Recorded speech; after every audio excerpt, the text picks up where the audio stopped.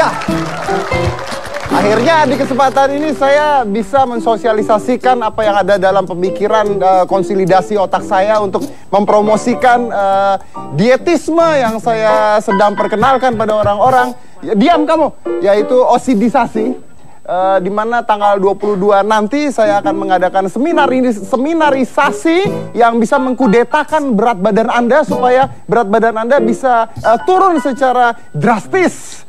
Di tempat Where Is Not My Birthday Coming From di Bandung nanti. Anda bisa lihat di website yang saya secara kontribusikan membuat di www.readyforfit.com. Anda lihat sendiri dengan lu ngomong apa sih? Obatnya udah diminum belum, Mas? Hah? Ngomongnya nggak jelas, Mas. Justru itu lagi ngetren banget sekarang. Itu lagi ngetren banget. Jadi kalau ngomong harus berdasarkan future adalah sebuah konspirasi masa depan gitu. Betul. Ya namanya Syahrini sekarang gak ada apa-apanya. Gak ada Cakrawala dan sebagainya tidak terkontribusikan dengan baik hal tersebut itu. Betul. You age born where? Yes. Apa yes? Itu nanya apa? Anda lahir di mana gitu? Iya. Saya kemudian dilahirkan adalah di Bandung. Oh iya, bagus. Anda pasti tahu kan saya ngomong apa tadi kan? Tahu pasti. Karena saya belakangan ini agak terganggu sedikit. Setiap kali melihat sosial media, lihat pet, lihat Twitter dan sebagainya dengan kata-kata yang tidak tersosialisasikan di pendengaran dan telinga saya gitu. Karena hal ini, coba tolong diputar sedikit saja. Di usia aku saat ini ya 29 my age ya, tapi aku tetap masih merindukan apresiasi.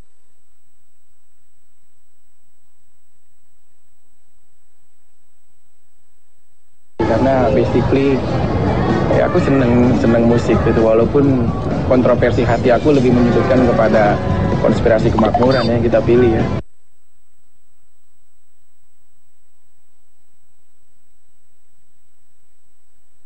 Enggak, kita belajar harmonisasi dari hal terkecil sampai terbesar.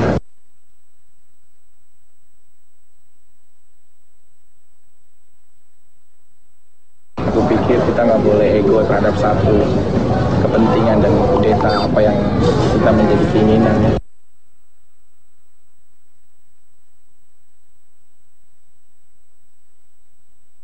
Dengan adanya hubungan ini bukan mempertakut, bukan mempersuram statusisasi kemakmuran keluarga dia gitu, tapi menjadi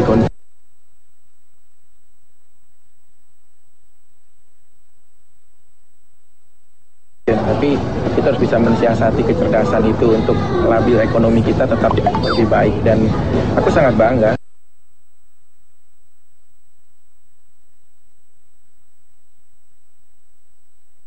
Dibeliin rumah yuk? Iya, Papa. Aduh, nikmatnya itu ya, udah begitu disayang-sayang lagi. Aduh. Itu masalahnya dia kali yang labil ya. Situasi kemakmuran kudeta hati itu apa artinya? Tapi tenang. Segala sesuatu itu harus bisa dipertanggungjawabkan.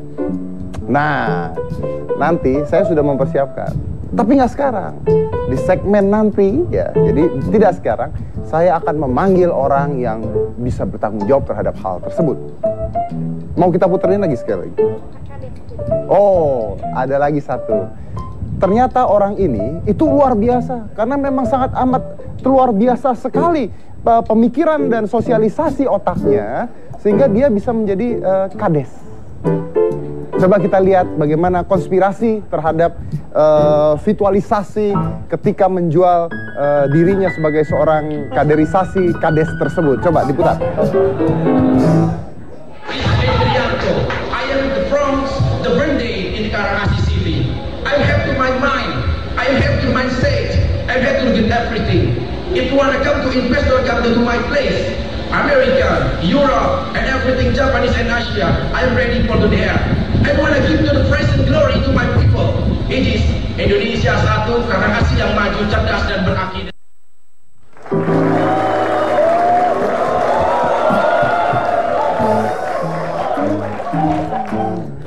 Oke.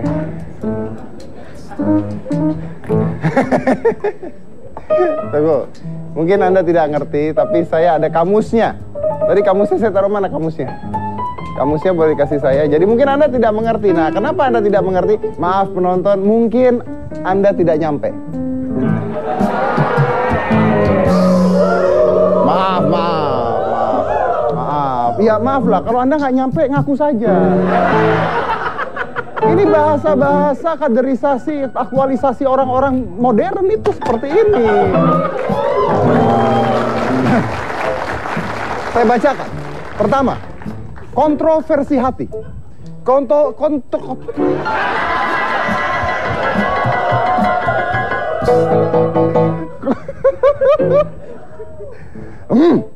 Kontroversi hati artinya adalah sebuah gejolak dalam hati yang bertentangan, menggambarkan sebuah kebimbangan.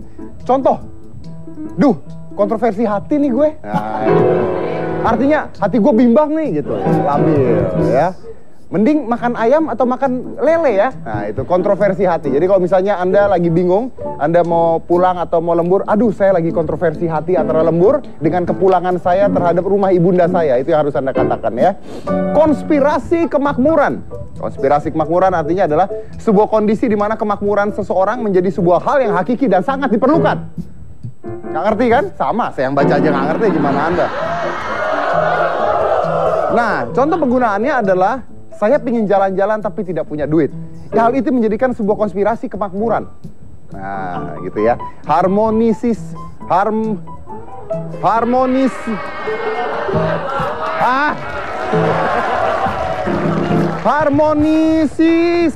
artinya adalah proses menuju sebuah harmonisasi.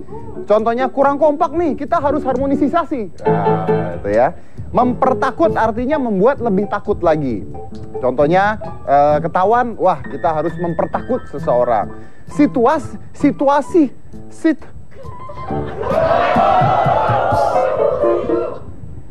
Statusisasi. Statusisasi kemakmuran artinya adalah proses penentuan suatu kemakmuran.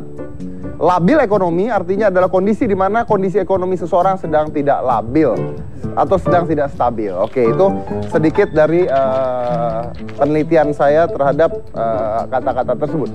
Tapi jelas kita harus mencoba untuk mengklarifikasi-sisasikan apa yang terjadi dengan mengundang ibu dari Vicky. Ini adalah Mbak Emma Fauziah.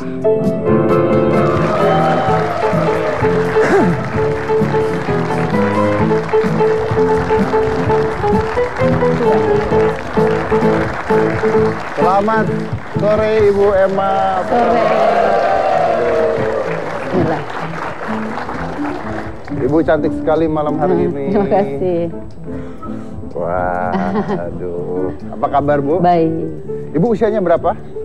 45. 45 baru. Oh, lebih. Hah?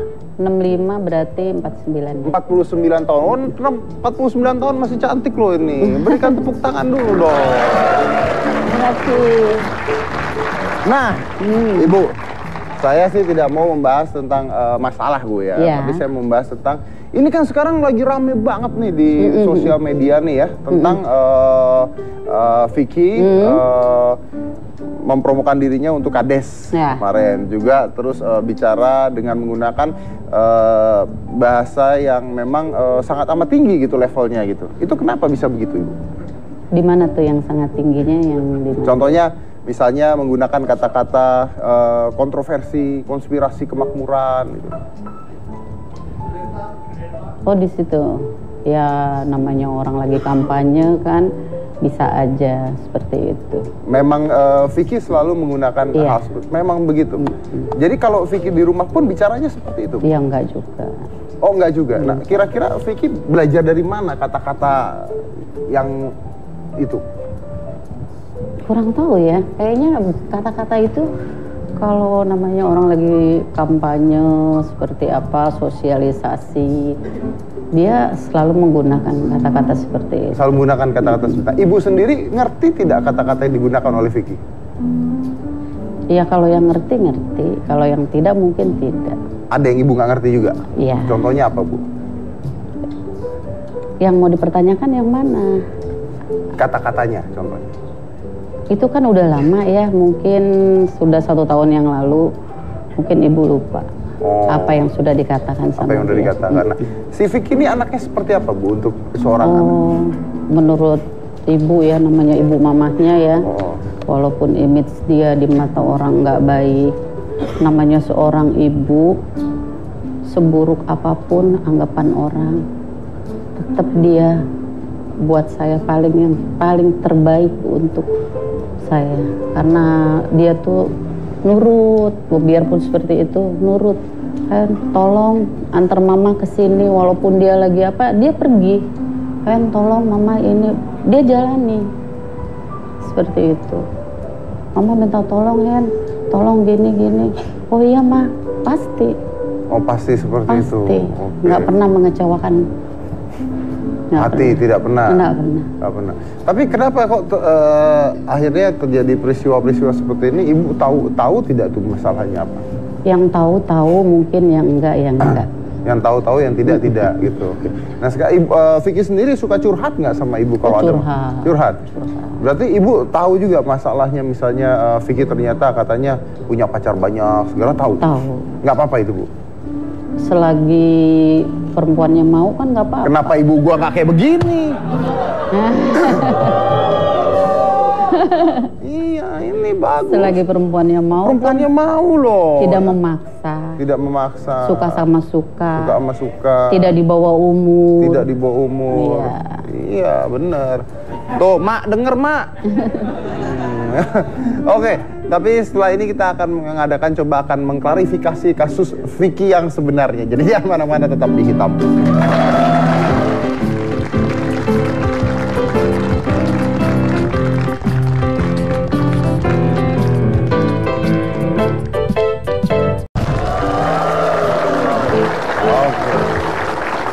Oke, langsung aja. Saya mau tanya juga nih, Bu. Ini perkembangan kasus Vicky sendiri sekarang gimana? Maksudnya? Maksudnya kasus yang mana nih? Memang banyak kasusnya, Bu. Atau gimana? Kasus yang mana, yang tunangan? Atau yang sama cewek-cewek itu? Yang tunangan atau sama yang cewek-cewek itu? Kalau Vicky sendiri sekarang di tahanan? Iya. Ah, itu kasusnya gimana? Kalau yang itu? Baik-baik saja. Baik-baik saja ya? Kasusnya baik-baik saja, Vicky-nya? Vicky-nya. Tapi secara kasus sendiri masih belum selesai berarti ya? Kasusnya? Belum. Itu Ibu pernah menyambangi Vicky? Tidak. Kenapa, Bu? Banyak wartawan. Terkejut kan? Karena kan nggak apa-apa, bukan? Banyak wartawan? Enggak. Jadi nggak pernah? Enggak. Telepon, Bu? Enggak. Nggak pernah telepon juga? Tidak. Kenapa, Bu? Ya, biar reda saja. Tapi kan kalau telepon Vicky, wartawan nggak tahu, Bu? Ya kan nggak bisa. Oh, nggak boleh, nggak boleh. Oh, jadi tidak pernah di itu ya. Nah, terus kalau kalau masalah Saskia sendiri, Ibu pernah ketemu Saskia tidak? Tidak. Nggak pernah. Kalau tunangan-tunangannya? Tidak. Tidak. Tidak. Jadi tidak pernah ketemu. Ibu tahu tidak kalau Vicky ada tunangan-tunangan tersebut? Tidak. Tidak. Kalau yang cewek-cewek itu enggak. Oh, nggak tahu. Enggak. Nah, sekarang baru tahu berarti. Iya. Kalau Ibu udah tahu, sekarang Ibu pilih yang mana, Bu? Semuanya bukan pilihan saya. Semuanya bukan pilihan Ibu. Emang kenapa semuanya, Bu? Ibu maunya yang seperti apa? Calon mantu. Calon mantu Vicky sendiri iya, gitu. Calon mantu Ibu. Ya bukan saya yang memilih, berarti yang memilih Vicky sendiri. Tapi kan katanya itu semuanya bukan yang selera Ibu katanya. Nah, kalau Ibu maunya aku nggak bilang bukan selera loh. Oh, bukan mau Ibu. Bukan selera saya lah, anggap ya. Iya.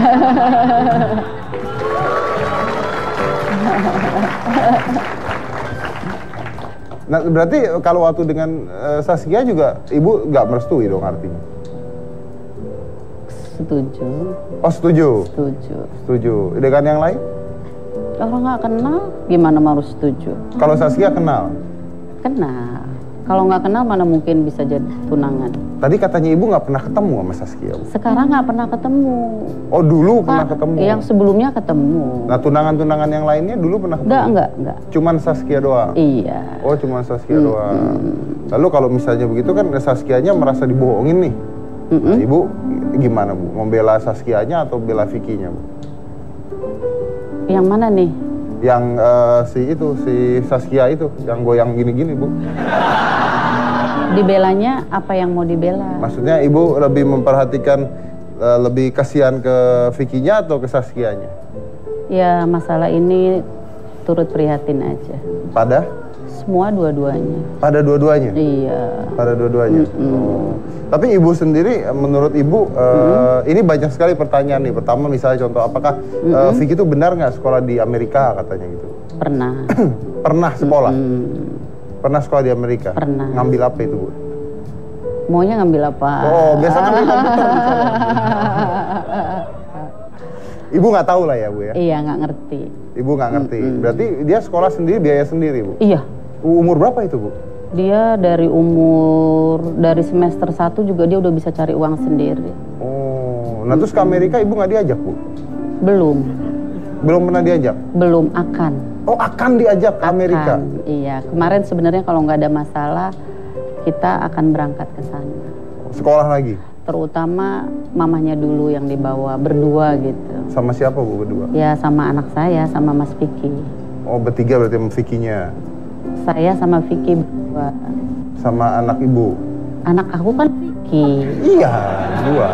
Berdua, mamahnya sama Vicky. Anaknya? Anaknya ya Vicky lah. Oh iya.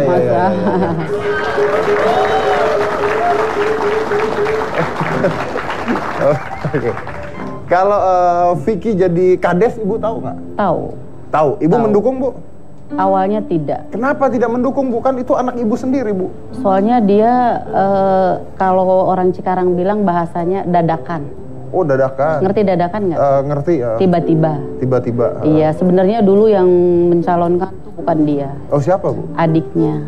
Oh adiknya. Adiknya disuruh, ayo kamu maju jadi lurah karena di sini desa kota yang berkembang, banyak gini, pabrik-pabrik banyak. Ayo nanti aku yang modalin seperti itu. Akhirnya kok bisa dia maju Bu? Usianya. Oh si adiknya. Usia adiknya. Nah itu Vicky waktu dia tuh belajar bahasa Inggrisnya di Amerika berarti Bu? Iya mungkin. Aku nggak ngerti, toto dia bisa aja. Oh totonya hebat aja ya? Ya hebat sih, nggak ngerti lah. Oh. Okay. Tapi ibu nggak pernah tahu waktu dia ke Amerika kapan gitu nggak tahu Bu? Tahu. Kapan tuh Bu kira-kira Bu? Lupa ya kalau tahunnya sih. Sama sih saya juga lupa Bu, tapi saya nggak tahu Bu.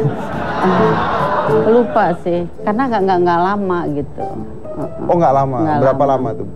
Ya sekitar berapa belas minggu gitu. Berapa belas minggu? Berapa belas minggu, sekitar 3 bulan lebih seperti itu. Oh 3 bulan, sekolah tuh Bu ya? Ya saya kurang tahu deh kalau sekolahnya persis di mana, saya nggak tahu.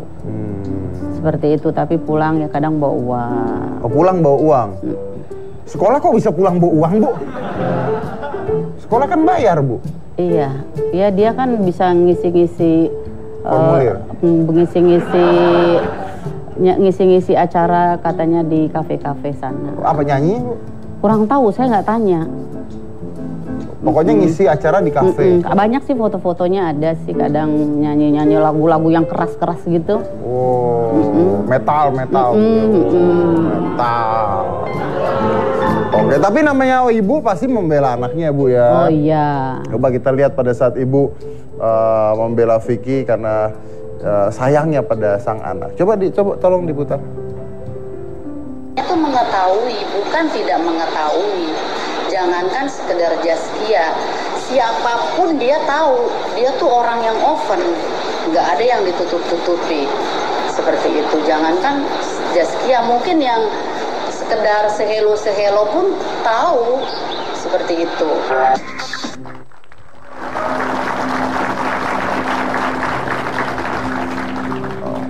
Kenapa Bu? Tadi Bu bilang apa salah Bu maksudnya Bu?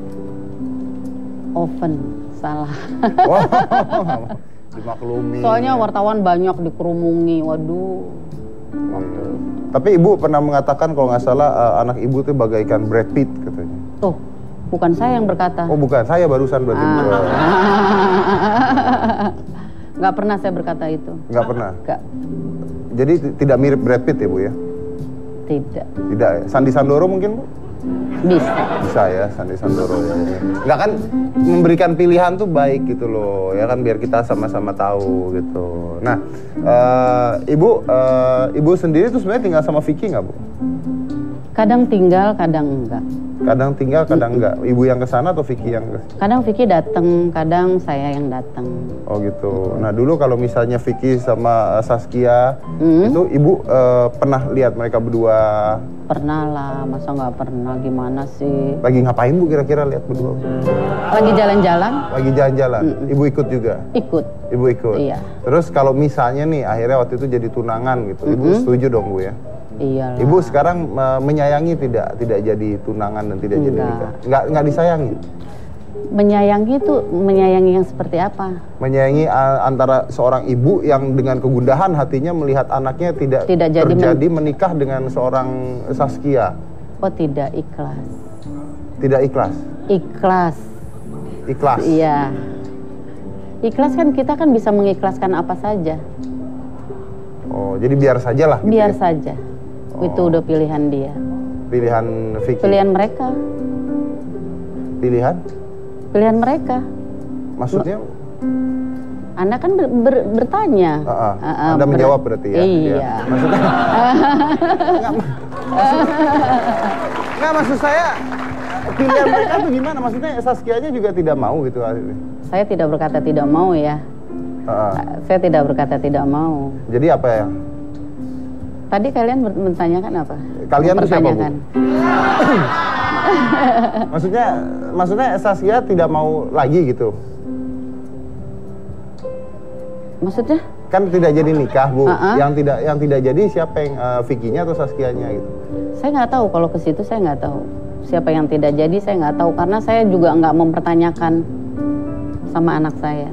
Oh tidak dipertanyakan lagi? Iya, cuma lihat aja. Tapi ibu nggak menyayangkan gitu? Tidak.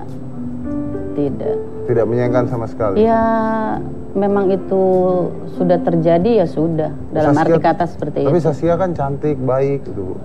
Iya memang cantik, baik, ya betul. Iya betul, cantik, baik, betul. Tapi nggak apa-apa ya Bu ya? Nggak apa-apa. Nggak apa-apa, oke. Nah kalau yang gosipnya, bukan gosip di mana-mana, kalau Vicky sudah punya istri itu gimana Bu? Iya. Iya? Iya. Memang sudah punya istri? Sudah. Belum cerai berarti Bu ya? Proses cerai belum. Belum proses cerai? Belum. Tapi nggak apa-apa Bu, kalau udah punya istri terus nikah lagi nggak apa-apa Bu? Siapa yang melarang? Siapa yang melarang? Iya. Mungkin pengadilan Indonesia gitu Bu? Maksudnya? Mungkin pengadilan melarang gitu? Enggak? Menikah? Kalau apa nih? Kalau udah punya istri menikah lagi? Boleh? Ya kalau memang disetujui, kenapa Tapi siapa kan yang calon melarang? istri barunya nggak tahu Bu.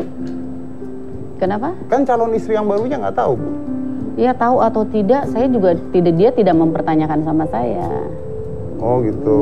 Berarti kalau saya udah punya istri, saya mau nikah lagi, asal calon saya yang baru nggak tahu mah nggak apa-apa Ibu ya?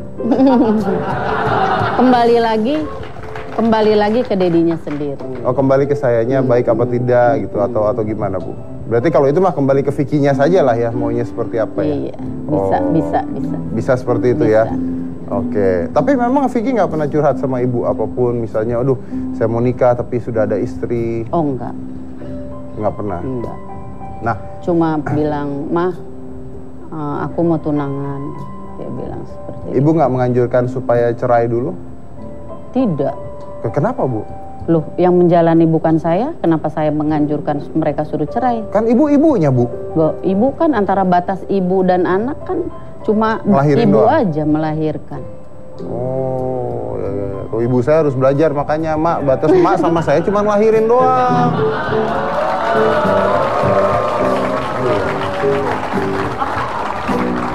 Saya kemarin mau cerai aja dimarah-marahin sama ibu saya. Dengerin tuh cuma ngelahirin doang Ibu. Aduh. Kita lanjut lagi nanti, jangan mana-mana, tetap Hitam Putih.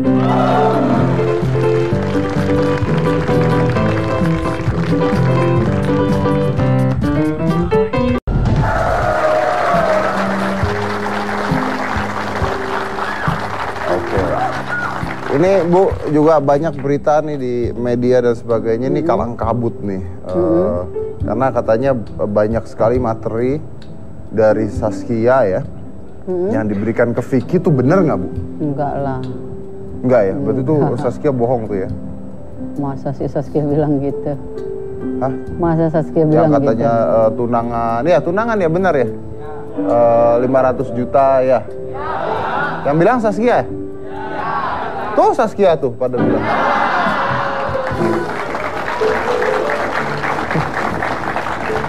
Kalau Saskianya pada kayak lu pade, Vicky kagak mau.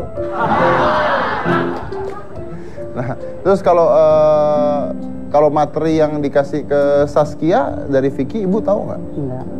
Ibu nggak tahu juga? Enggak lah. Jadi benar-benar tertutup aja gitu Bu ya? Sama sekali nggak tahu tuh? Tertutup sih enggak, tapi memang nggak tahu. Memang nggak tahu. Kalau yang masalah biaya tunangan segala, siapa yang memberikan biaya, Ibu juga tidak tahu? Nggak tahu kalau masih. Sama sekali nggak tahu? Iya. Nah, pada saat sudah terjadi kasus ini, Vicky ada di tahanan, apakah Saskia pernah menghubungi Ibu? Cuma SMS aja. Ngomong apa itu Bu? Adalah. Masa cuma isinya adalah gitu? Iya. Iya. Bisa. Bisa gitu Bu ya? Bisa. Bisa ya? Bisa. Oh. Sini kamu gantiin saya, stres kamu ntar. Tawa lu. Nah, Ibu tapi nggak ada masalah lagi dengan Saskia berarti? Oh enggak. Baik-baik, semuanya baik-baik. Oke. Terus kalau misalnya Saskia misalnya mau ketemu Ibu gitu, Ibu mau? Monggo aja. Nggak ada masalah ya? Enggak lah. Nggak ada masalah sama sekali? Bu? Tidak. Oke. Kalau misalnya jadi nih, akhirnya petunangannya terus jadi nikah dengan Saskia, Ibu setuju? Ya setuju aja, selagi anak saya suka. Lagi anaknya suka. Nah, kalau yang dengan istri yang lamanya sendiri, Ibu tahu nggak gimana? Maksudnya? Maksudnya Ibu tahu kan sekarang keadaannya gimana?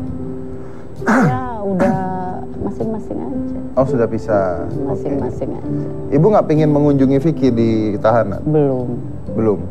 Kapan kira-kira mau mengunjungi? Belum tahu ya. Sampai kasusnya sendiri terakhir sudah keputusan hakim segala, Ibu tahu tidak Bu? Itu kan kasusnya sudah lama ya, dari tahun 2006. Dari tahun 2006? Kenapa baru sekarang gitu? Makanya, Anda yang mempertanyakan. Anda yang menjawab Bu. Iya, bisa. Bisa. Kalau ayahnya Vicky sendiri gimana Bu? Nggak, aku nggak mau bahas itu ya. Oh, tidak mau dibahas kalau Tidak. ayahnya. Tidak. Oke. Tapi Vicky sendiri berarti tidak dekat ya berarti ya? Tidak. Sudah tidak dekat Iya. lagi. Oke, berarti memang pernah menghubungi pengacara Bu, Ibu? Tidak. Nggak pernah menghubungi Enggak. pengacara. Jadi akhirnya Vicky sendirian ketika ada di persidangan itu. Iya, kita nggak pernah pakai lawyer. Kenapa Kita Bu? urus sendiri. Dia bisa urus sendiri. Bisa urus sendiri? Bisa. Tapi kan masuk tahanan Bu akhirnya Bu. Ya kan itu yang nulis bukan dia. Yang nulis apa Bu? Ya yang bikin permohonan apa ya bukan dia. Iya kan? Oh. Nah, Anda mancing. Ah? Memancing-mancing. Enggak. Ya sudah. Yang Saya lain nggak saja. ngerti maksudnya yang nulis apa Bu? Maksudnya pakai lawyer kan tadi mempertanyakan pakai lawyer enggak? Saya bilang kan enggak pakai lawyer. Kenapa gitu? Ya dia mampu sendiri. Mampu sendiri? Iya. Bukankah lebih baik kalau pakai lawyer Bu? Tidak, lebih ruwet.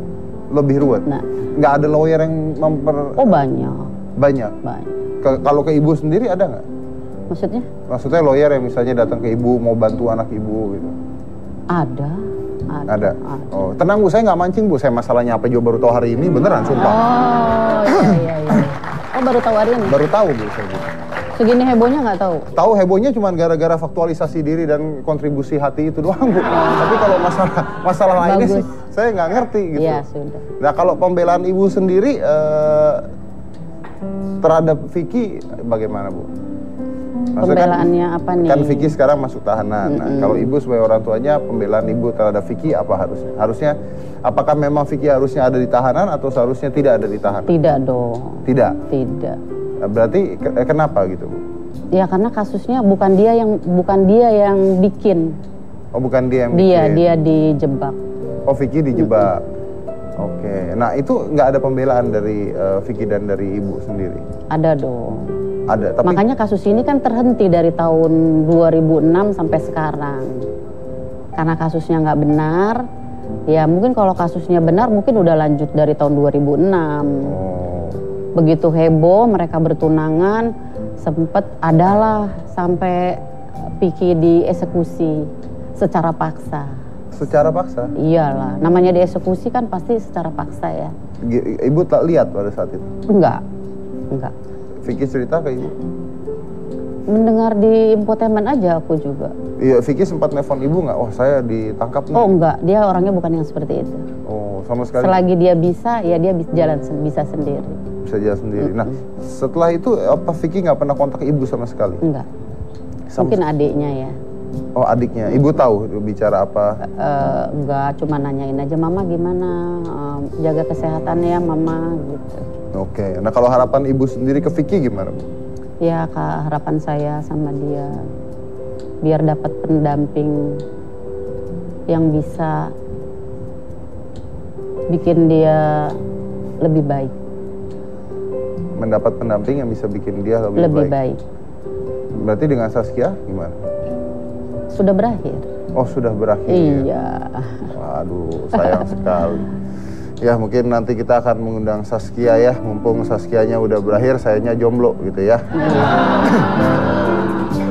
Biar kita berdua bisa mengaktualisasikan diri. Tawa-tawa. Oke. Nah, saya juga akan mengundang nih, ini seorang ibu yang baru kehilangan suaminya. Saya mau tahu juga karena masa idahnya baru selesai, apakah tahu tentang berita-berita di luar juga. Langsung aja, ini adalah Umi Pipi.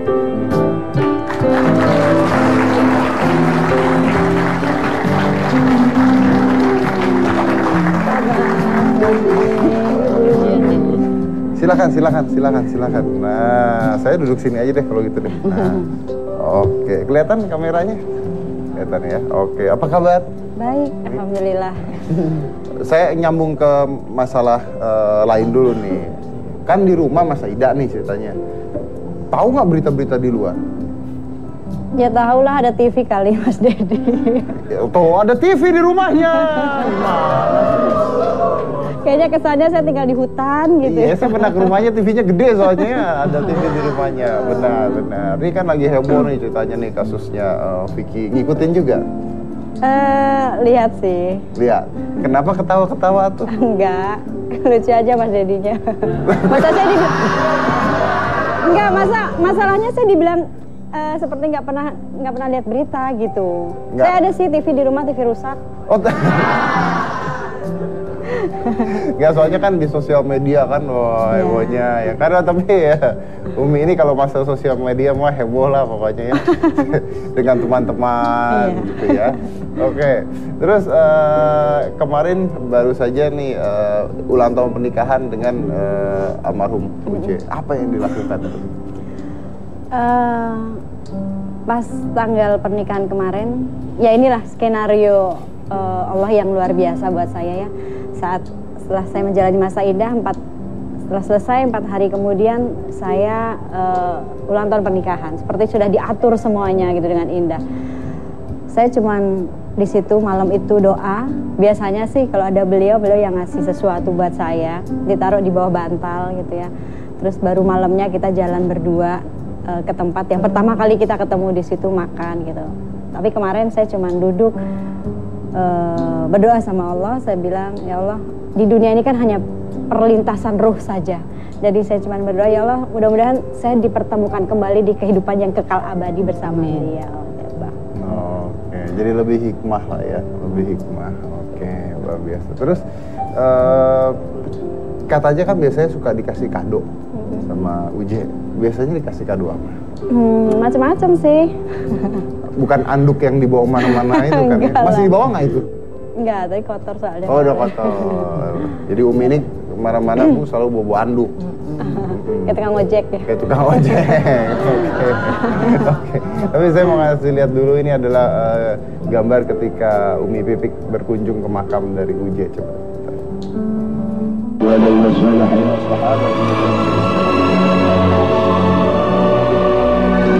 Al-Fatihah. أعوذ بالله من الشيطان الرجيم.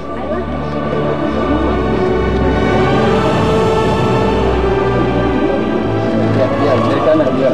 Nah, sana. Bawah di laut.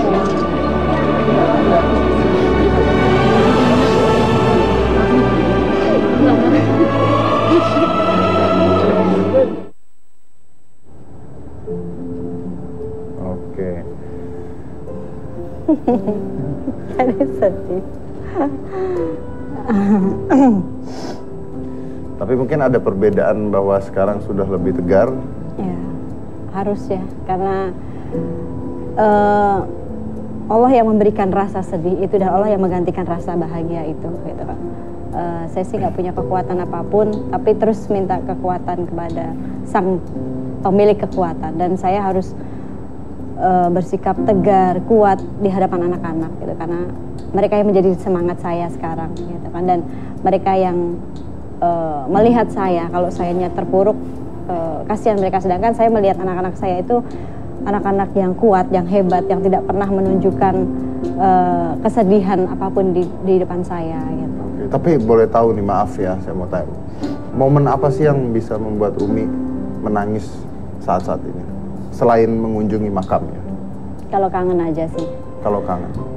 Sebenarnya manusiawi ya, karena memang susah sekali untuk menghilangkan bayangan itu, gitu ya. Karena kan saya dipisahkan dengan kematian ini yang benar-benar cepat, gitu, yang saat itu saya masih benar-benar dibikin bahagia sama beliau, gitu, dibikin happy, disanjung yang luar biasa, makanya itu yang susah sekali saya hilangkan. Jadi kalau pas saya lagi kangen, ya udah paling cuma bisa nangis lihat video-video kita kemarin saat ke Bali kan, pas lagi ulang tahun, jadi ya itu. Dan kalau nggak salah, Umi sendiri kalau misalnya lagi sedih dan sebagainya, kayak dulu pernah ngomong sama saya, kayaknya di kamar ya, nggak mau anak-anak lihat ya. Iya. Sampai detik ini juga. Iya sih, kalau pas lagi udah kepengen nangis, karena kalau lagi ada anak-anak, paling kamar mandi. Kamar mandi. Kalau nggak di balkon di depan gitu. Yang penting di depan anak-anak nggak terlihat tegar. Iya.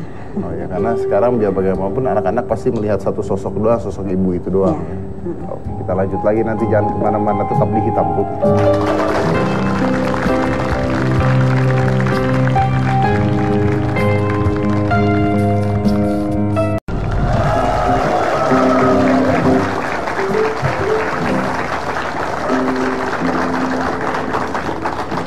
Jangan bertanya kemana dan di mana. Kemana aku pergi? Jangan ditanya marah apa tidak. Yang penting sekarang saya berdua. Jadi sekarang saya lebih bisa konsentrasi membahas tentang Umi Pipi. Wow. Situ nggak ngerasain di sini kayak apa rasanya. Oke, tapi ini sebelumnya nih saya membahas dulu satu hal nih. Ini belakangan kemarin tuh saya lihat ada berita mengagetkan di salah satu tabloid apalah itu ya namanya, yang tulisannya, maaf nih ya, bahwa janda UJ menikah lagi. Nah. Aduh, alhamdulillah lagi ditransfer pahala Mas Jadi. Lagi dibersihkan dosa-dosa saya. Ya, saya memang maksudnya orang hina gitu, buat apa kita marah gitu kan? Apa ada yang ngerasa dirinya lebih mulia? Nggak ada kan? Tapi ya itulah, saat selesai masa idah begitu saya keluar, ada berita itu, saya yang kaget. Saya suruh teman-teman saya beli dan saya press con sama teman-teman media. Saya bilang ya inilah hidup gitu kan. Saat kita, dan alhamdulillah almarhum selalu memberikan wejangan ke saya gitu, Umi, saat kita dicaci, kita difitnah, kita dizolimi, angkat tangan aja, doakan yang terbaik buat mereka-mereka yang mencaci kita, yang menzolimi kita. Itu yang saya lakukan, dan terus saya cuma berdoa ya mudah-mudahan dengan berita saya yang besar ini, korannya laku keras, terus membawa rezeki buat pedagang-pedagang supaya pulang bawa rezeki buat keluarganya. Itu aja sih. Itu aja. Simple. Tapi kalau boleh tahu, luar biasa.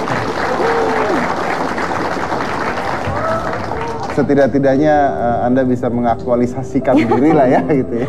Jadi memang di posisi saya memang seperti ini tidak enak gitu ya. Sudah pasti kedepannya juga banyak sekali fitnahan, ujian. Tapi ya itulah, Allah sudah memilih saya untuk menjalani skenario yang luar biasa ini. Dan terus ibarat besi kan selalu ditempa gitu kan, akhirnya jadi pisau. Dan ya itulah akhirnya saya harus terus tetap kuat gitu kan untuk anak-anak saya, apapun dengan berita apapun. Saya cuman hidup untuk Allah aja, bukan untuk manusia. Hidup, biarkan mereka mau ngomong apa ya. Tapi kalau boleh saya tahu nih, maaf saya tanya lagi, apa sih yang mendasari mereka mengeluarkan hal tersebut? Ya, karena di berita itu memang banyak sekali ada beberapa ustadz yang sering datang ke rumah saya, dan itu yang dijadikan berita. Padahal semua sahabat-sahabat almarhum, semua ustadz-ustadz itu saya memang dekat, dan almarhum memang selalu mengenalkan mereka ke saya. Kadang kita nonton bareng-bareng, saya dengan teman-teman saya, terus almarhum dengan teman-teman ustadznya, semua kita kadang satu bioskop juga di booking sama beliau gitu kan. Selalu jalan bareng-bareng. Nah itu yang dijadikan berita seperti itu. Padahal kasihan, kalau sayanya sih sudah 14 tahun sudah terbiasa hidup sama beliau, dicaci, difitnah gitu ya. Dulu juga beliau diberitakan poligami dengan koran tersebut juga, dan ya kita berdua cuma senyum-senyum aja gitu. Tapi kasihan orang-orang yang diberitakan itu, difitnah itu yang tidak benar gitu. Ya, saya juga saya mengalami pada saat saya cerai dulu ya. Ada salah satu tabloid nggak bener gitu ya, tiba-tiba keluar berita dibilangnya bahwa Wong Aksan memergoki Titi Syuman dengan Deddy Corbuzier di hotel. Saya marah kan, saya marah dong, tapi saya nggak mau ngomong ke koran, saya marah dong, saya nggak ngelakuin, dikeluarin. Tahu dikeluarin, mending saya lakuin. Rugi, dikeluarin kan, wah, ya kan? Mubazir ya? Mubazir keluarnya. Oke, langsung saya undang aja, ini adalah Widiawati.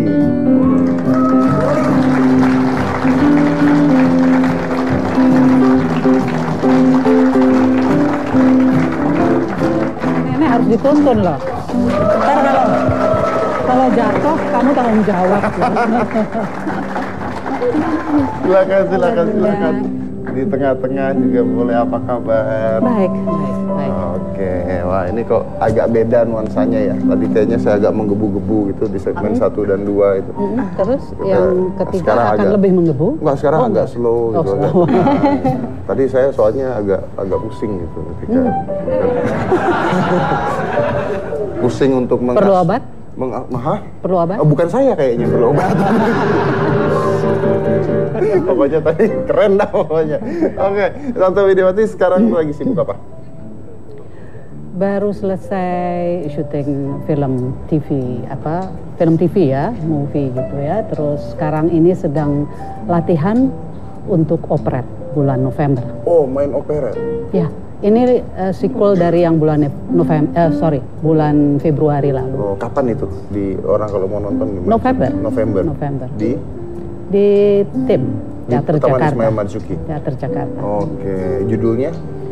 Yang dulu Badai Kasih, nah sekarang ini Perayaan Cinta. Jadi ya sequel dari Badai Kasih. Oh, setelah Badai Kasih ada saya di situ sebagai Yuli.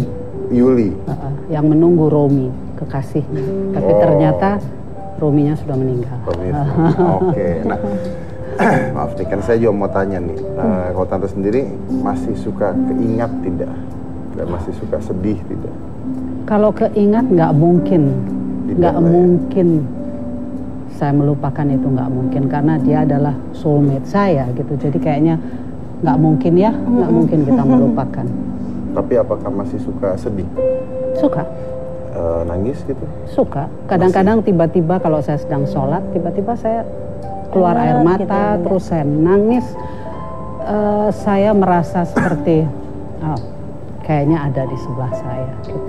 Itu yang saya sering rasakan. Nah, itu apakah proses itu makin lama makin berkurang atau tetap, atau malah kadang-kadang makin lebih? Memang awalnya ketika kita ditinggal itu memang shock sekali dan lama itu ya.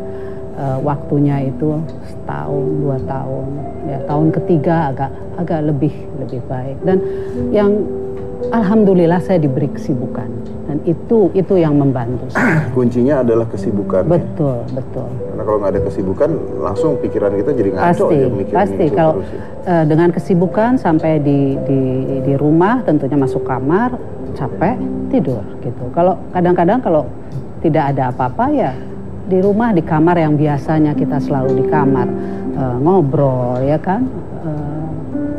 Nah, kalau misalnya kangen gitu, apa yang dilakuin? Kangen, saya selalu berdoa dan ya berusaha untuk ke kuburannya. Kadang-kadang ya saya bicara aja, di sebelah saya kan ada fotonya. Masih itu terus masih. Sama banget. Masih sekali. Iya sih. Ibu saya juga ketika ayah saya meninggal ya, bahkan udah tahun 2007 gitu, tapi sampai sekarang juga ibu saya masih mengatakan bahwa ibu saya sudah umur 80 gitu ya. Ingat saya udah usia 80, tapi ayah saya waktu itu meninggal. Sampai sekarang pun masih sedih gitu. Iya, pasti. Saya pun kadang-kadang kalau ingat ayah saya, ingat momen-momen tertentu, itu tidak akan pernah bisa hilang. Iya, ya. Pasti itu. Dan memang benar kalau kita akhirnya tidak ada kerjaan, tidak menyibukkan diri kita sendiri, lama-lama stres sendiri. Betul. Jadi ya itulah, saya bersyukur saya diberi kesibukan. Saya mau nanya satu hal, mungkin pertanyaan saya sedikit anggaplah kurang ajar gitulah. Saya minta maaf dulu. Pernah tidak terpikir, karena ini yang waktu itu dipikirkan oleh orang tua saya, pernah tidak terpikir ketika suami meninggal, pernah nggak terpikir bahwa saya mau menghabisi hidup saya saja?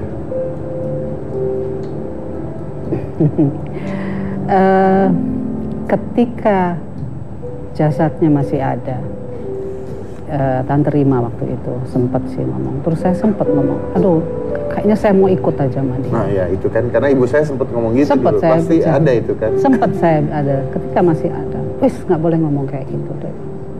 Ya mungkin, ya saya kira manusiawi ya, semua akan betul yang kita tidak pernah duga, ya kan, tidak pernah siap ya, padahal saya kira kita sebagai manusia kita harus selalu siap ya untuk pasti kita akan semua. Tapi tidak akan pernah siap juga kalau dibilang.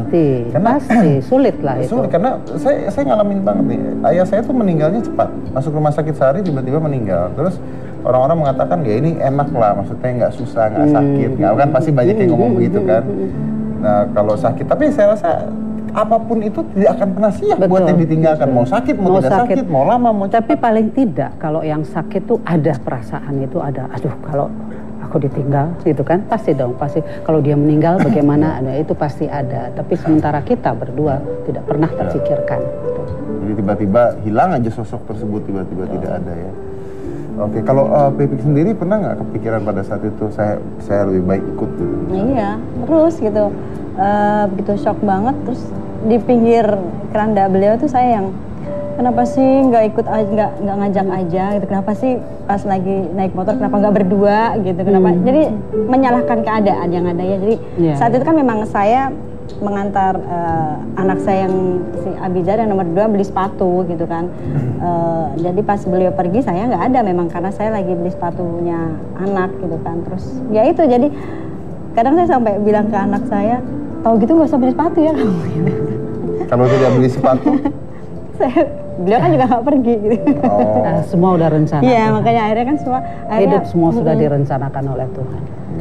Ada sih kayak gitu maksudnya kita merasa nggak bisa ditinggal. Nah terus apa yang membuat tidak saya harus tetap hidup? Karena anak-anak. Karena anak-anak. Tante? Ya, karena ketika saya masuk rumah sakit, saya sempat masuk rumah sakit, saya sempat ke psikiater. Oh ya? Iya. Ya. Dan karena anak-anak juga? Karena ketika saya di rumah sakit itu, saya melihat mereka begitu sibuk ya, anak-anak siapa yang jaga mama, siapa ini, siapa.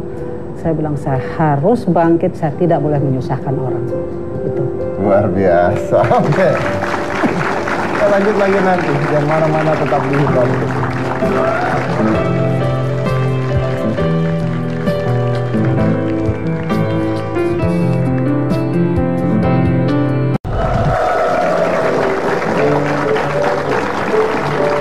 Tapi memang menarik sekali kalau kata-katanya bahwa setiap kebersamaan itu pasti ada akhirnya ya. Mau entah itu usia, mau entah itu diambil Tuhan pada saat yang kita tidak pernah tahu gitu. Tapi Tante tadi mengatakan juga akhirnya ketika itu terjadi semua kita harus bisa siap menerima ya walaupun tidak pernah bisa siap. Dan mungkin salah satu kuncinya adalah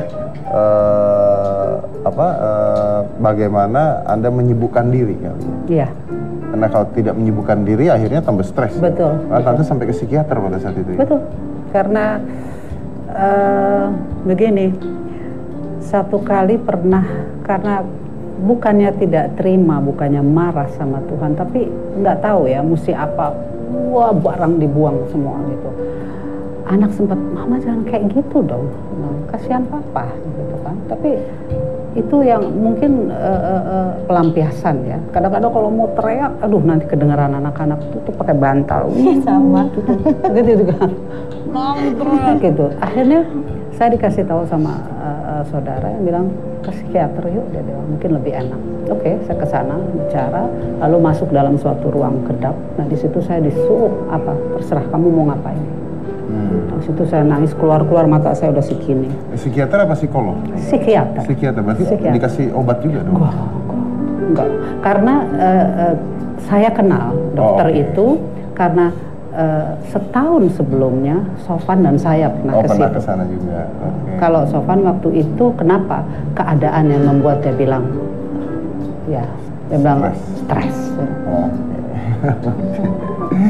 Kalau Upik sendiri katanya sekarang akhirnya terus mencoba untuk berkreasi di butiknya ya. Iya. Di butiknya. Apa namanya waktu itu? UJ Butik. Butik dan ada UJ Kids. UJ Kids anak-anak yang Anak-anak. bikin. Oke, kita lihat dulu ya. Seperti apa sih UJ Butiknya ini. Coba silakan. Model-modelnya kita masukkan ke dalam.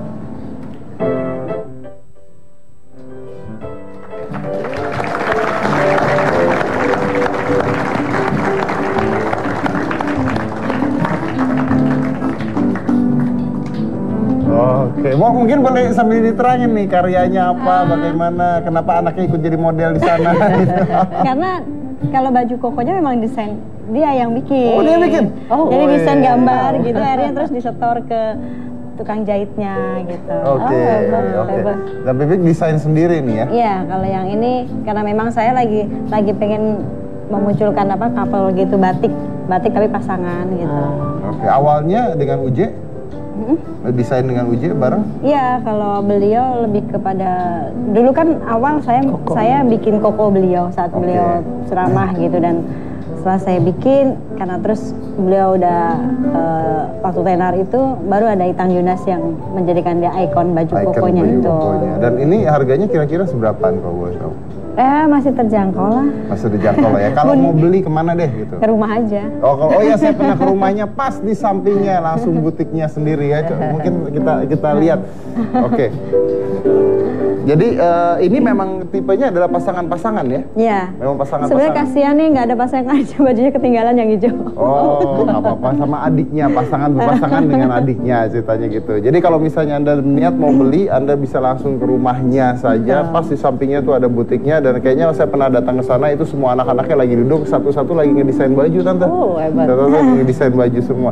Dan kalau nggak salah Umi sendiri sekarang juga sering sekali panggil untuk berdakwah juga ya? Iya, sebenarnya lebih tepatnya pengen sharing aja. Kalau ceramah kan aduh masih bodoh ilmu, dan lebih pengen menceramai diri sendiri. Tapi kalau sharing memotivasi untuk wanita-wanita di luar harus menjadi wanita yang smart, yang kuat saat dia diberikan ujian yang kata mereka berat. Sesungguhnya nggak ada ujian yang berat kalau kita yakin Allah yang memberikan ujian itu. Wow. Ya namanya ujian pasti berat ya, nggak ada ujian yang tidak berat ya. Tinggal bagaimana kita mengatasi ujian tersebut. Nah, ini menarik sekali dari dua orang ini kita bisa belajar bahwa yang pasti setiap kebersamaan itu pasti ada akhirnya ya. Setiap kebersamaan itu pasti ada akhirnya. Jadi ketika kita memiliki seseorang atau kita bersama dengan seseorang, mungkin kita harus berpikir berbeda. Kita harus berpikir bukan berapa lamanya kita bersama dia, tapi berapa berartinya ketika kita bersama dia. Saya Deddy Corbuzier, inilah Hitam Putih.